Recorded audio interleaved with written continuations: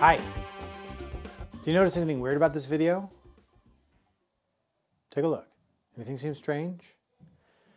The colors are wrong, right? It's looks kind of weird. You get used to it after a while, but the colors are wrong, and that's because I messed up my white balance. If you take a second, I will switch the white balance back to something a little bit more natural, and you'll see the difference, if you don't already see it. Ah, that seems a little better. The tones are more natural, it's not so purple, it's got sort of a yellow cast of the light back there, and my skin tone looks more like a normal human being now.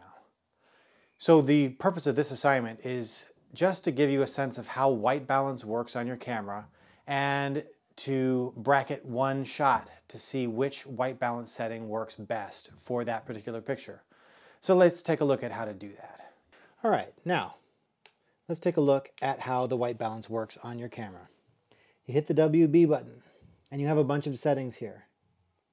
Flash, white fluorescent light, tungsten light, cloudy, shade, daylight, and auto. And what these do is they compensate for the color of the light that you're getting. Daylight is pretty warm, so then what the camera does is it actually cools it down and makes it a little bit more blue. And then shade is actually pretty cool, so then the camera compensates by warming it up. And you can see the numbers there that it does if you want to get into the details. But mostly, shade makes a picture more yellow and orange. Cloudy is somewhere between daylight and shade. So it's warmer than daylight, less blue than daylight, but not as orange or yellow as the shade is. Tungsten makes things very, very warm. It's being used on those kind of basic overhead kind of light bulbs. You can see that picture of what you're looking at there. So, and then fluorescent also messes with the purples and stuff because fluorescent lights have kind of purple tones. So that first shot that I did, I was using a fluorescent light, so it looked all kind of purple. Actually, sorry, fluorescent tend to be a little bit green, so then to use fluorescent light, you need to compensate for that by adding more magenta. And then flash is when you are using the flash, it'll give you the correct colors for that. So that's how you set it. Generally, I shoot most of the time on daylight or cloudy. Cloudy is only slightly warmer than daylight, so like if things are looking a little bit blue, I'll shoot on cloudy. If I'm using mixed lights, where I've got some regular natural light plus overhead lights and stuff, I generally go with auto because it's going to find the closest approximation. But most of the time when I'm shooting, I try to limit myself to one kind of light so that I can get a closer, more accurate color reading. This assignment is actually pretty simple. All we need to do is shoot the exact same picture, same exposure, but changing the white balance to a new setting with every single shot, and then decide which one looks best.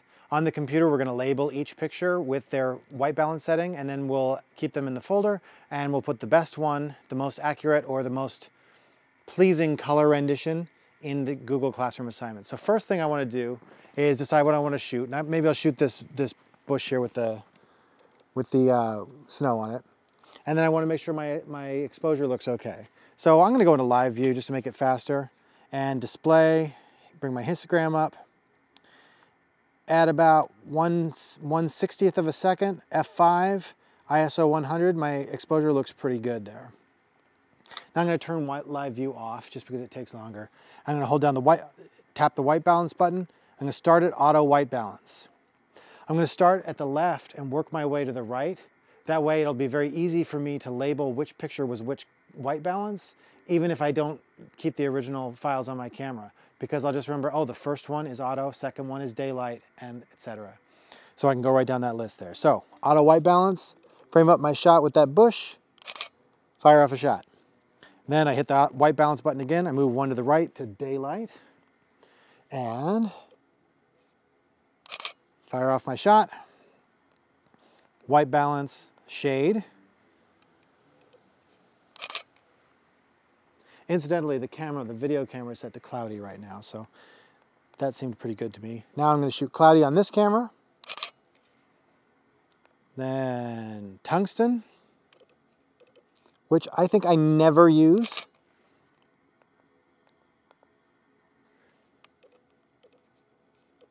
I'm just refocusing each time even though I don't really need to. Now that was fluorescent.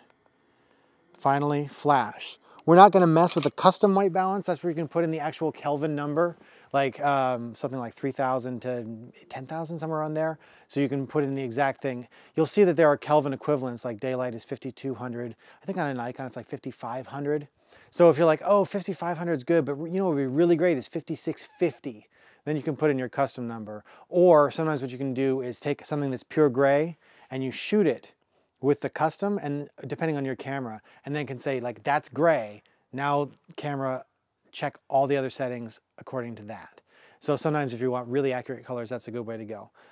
For the most part though, I stick with the presets, daylight, cloudy, auto. Those are the way I go. So let's go back to the computer. We're gonna label these, put them in the right folder, see how that works, and then it'll be done. First easy assignment of the semester. Now then, we have our pictures. I've already imported them into my folder. If you don't remember how to do that, please go back and watch the video on importing pictures into a Google Drive folder. Here are my white balance pictures. So now what I need to do is rename them, which is something you probably want to do with all your pictures most of the time. So let's just get a reminder of what my settings need to be. So the first one would be auto. So I'm just going to click on the picture, right click, and hit rename, auto WB. Then after that, looking at the camera, is daylight. Then rename, shade. And I'm adding WB to each one just to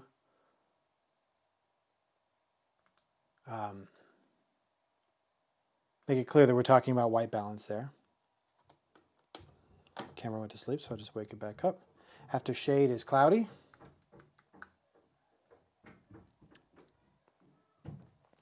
And I'm remembering that because I just went from left to right down this menu, and now I'm going left to right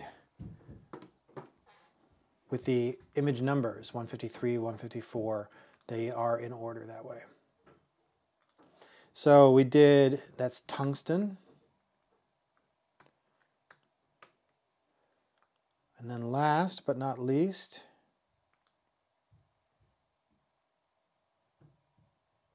just kidding, not last, second to last.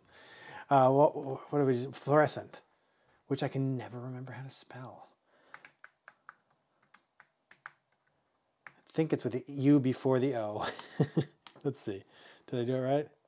Fluorescent, I did. Fluorescent, and then the actual last one is flash. I don't use that because I don't use the on-camera flash very often, and certainly not as the main light source. If I am using flash, I'm usually using an off-camera studio flash with something that's going to change it to a pure white kind of color. So then I would go through these, look at it like, okay, that's nice. That's auto. That's cloudy, not that different. Daylight you can see is slightly bluer. Flash, pretty similar to cloudy, which makes sense because it's calibrated to look like natural light, to blend in with natural light. Fluorescent looks way blue and magenta, don't like it at all. Shade is maybe a little bit too warm, too orangey. Like it just makes the snow not look white anymore.